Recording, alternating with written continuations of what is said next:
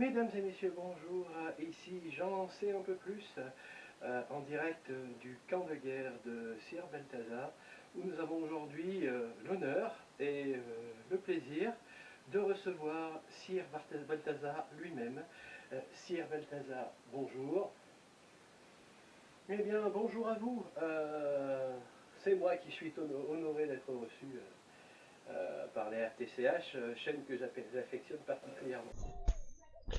Et dans un premier temps, je voudrais rassurer toutes les familles des marins. Suite au journal de bord de Dame Carcasse, tout le monde a été secouru, les bateaux sont réparés, voyez, vous pouvez le constater là par vous-même, et opérationnels et tiennent leur rôle de surveillance des côtes actuellement. Tout se passe pour le mieux. Il n'est absolument pas prévu qu'ils prennent part à aucun combat, c'est juste une mission de surveillance pour ces braves marins. Je tiens également à signaler toute mon admiration à l'amiral Carcasse pour le travail effectué. La question que tout le monde se pose, cette bataille, une victoire, une défaite, sommes-nous sauvés? Allons-nous devoir être envahis et réduire l'esclavage? Pour répondre à votre question, vous savez, la guerre, c'est quelque chose de cruel dans tous les cas. Parler de victoire serait prématuré. Cependant, l'objectif principal était de stopper l'invasion ennemie, ce qui est chose faite puisque l'intégralité des troupes ennemies a été contenue hors de notre territoire. Je voudrais déjà rendre hommage à nos soldats, à tous ceux qui ont sacrifié leur vie pour cette noble cause. Ce fut difficile, ce fut surprenant. Même pour un vieux briscard comme moi, cette bataille a été, je le dois dire, assez compliquée à gérer. Je vous ai rapporté quelques images que je vais vous montrer et vous commenter afin que vous puissiez comprendre là où nous en sommes. Vous verrez, c'est assez édifiant. Bien entendu, nous avons supprimé tout ce qui pourrait être réellement choquant pour notre public et pour la population.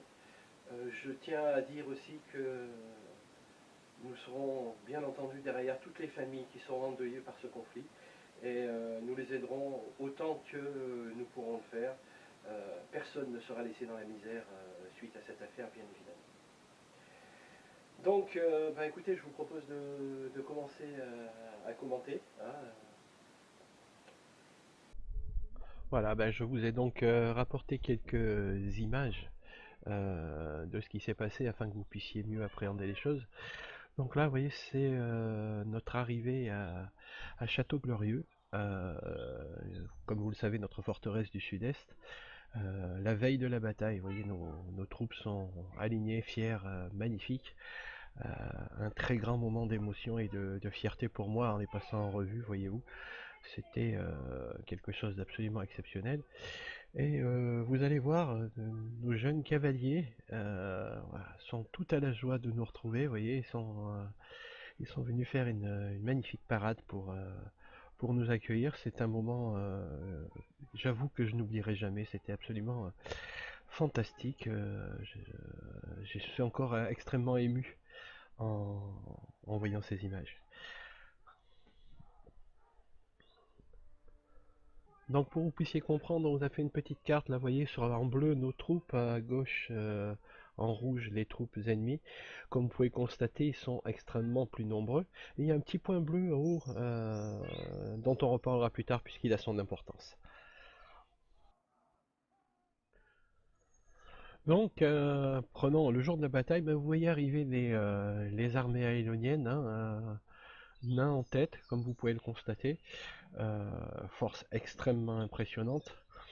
Ça s'est soldé par un face-à-face long, donc qu'on ne vous a pas montré, mais aussi par un engagement physique impressionnant au corps à corps. Euh, bon, vous allez voir, hein, c'est impressionnant, ça fait peur, c'est une véritable boucherie en réalité. Je ne saurais vous décrire le sentiment qu'on ressent à ce moment-là, mais d'envie de haine et de peur, c'est totalement effrayant. Nos hommes ont été absolument admirables. Vous voyez la mêlée, c'est incommensurable. Je vous avoue qu'à ce moment-là, les forces étaient équilibrées. Et c'est là que les habitudes félonnes de notre ennemi se sont traduites par une attaque latérale. Comme vous pouvez le constater, ils avaient caché des hommes de l'autre côté du col de Caradra. Ils ont couru, ils ont traversé ça et nous ont débordés. Donc nous les avons vus arriver sur la crête. Nous étions déjà au combat, bien évidemment, comme vous l'avez vu. Un combat qui déjà été meurtrier et acharné. Et nous avons vu arriver ceci. C'est qui est assez... je vous avoue que j'ai eu peur, oui, oui, je vous l'avoue, Balthazar le sanguinaire a eu peur. Donc vous allez voir, tout le monde a eu peur en voyant une masse ainsi.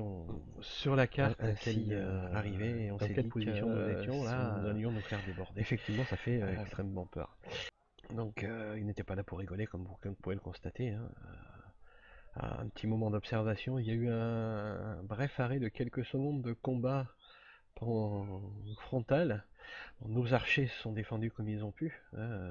Ils ont fait du bon boulot d'ailleurs, on pourrait constater l'ennemi n'est pas du tout à la fête. Mais le nombre étant ce qu'il est, vous avez vu que déjà nous avions un ennemi en surnombre à combattre, ces renforts arrivant. Nous avons appris après qu'en fait nous n'avions pas des Aïoniens en face, mais des Aïoniens et trois autres, une union de trois autres nations qui les avaient rejoints à notre grande surprise. Donc, voyant voyez les cavaliers arriver, c'est effrayant. Hein. Ben voilà, nous nous sommes bien entendu fait déborder. À cet instant, nous avons pensé que peut-être nous étions perdus. Mais, vous rappelez du petit point sur la carte, là, il va avoir toute son importance. Dans toute cette affaire, tout le monde avait oublié le général Vael et ses valeureux cavaliers qui, à la surprise de l'ennemi, a pris en main ses chevaux et est passé par les mines de Dulin pour rattaquer à revers, comme vous pouvez le constater sur la carte là. C'est une tactique périlleuse des chevaux sous terre, mais comme vous pouvez le constater, et vous allez le voir, c'était assez efficace. Voilà, les vaillants soldats et cavaliers du général Vael sont à la charge, comme vous pouvez le constater. C'était aussi un moment poignant, toute la bataille s'est jouée ici. Euh, Ça aurait pu ne pas fonctionner, peut-être aurions-nous perdu nos cavaliers dans les mines si l'ennemi s'en était douté. C'était un coup à jouer, mais voyez, la charge a eu lieu. Et le résultat a été escompté, a été atteint, et donc nous nous sommes retrouvés à un statu quo face à face. L'ennemi est maintenant hors de nos frontières, et nous comptons bien faire en sorte qu'il y reste. Comme vous pouvez le voir, le statu quo est maintenant total, même du point de vue maritime, tout est bloqué et nous allons donc entamer des négociations. Nous ne pouvons pas parler de victoire complète, mais par contre, aucun ennemi n'est actuellement sur notre territoire et aucun ennemi n'y rentrera sans notre permission. Ah, c'est tout à fait des documents tout à fait exceptionnels. Et qu'en est-il pour la suite? Ben, la suite est très simple. Hein.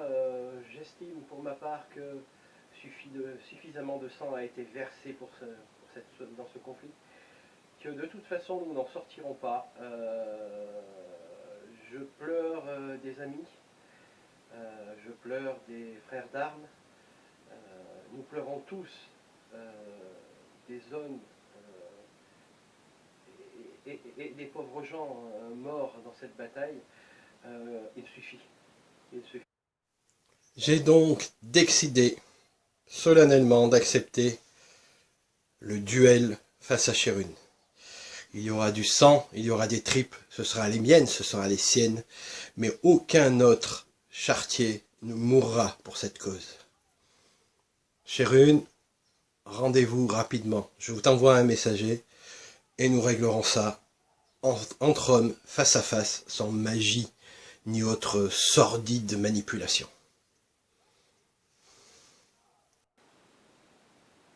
bien, merci beaucoup, Sir Balthazar, pour nous avoir reçus en ce lieu.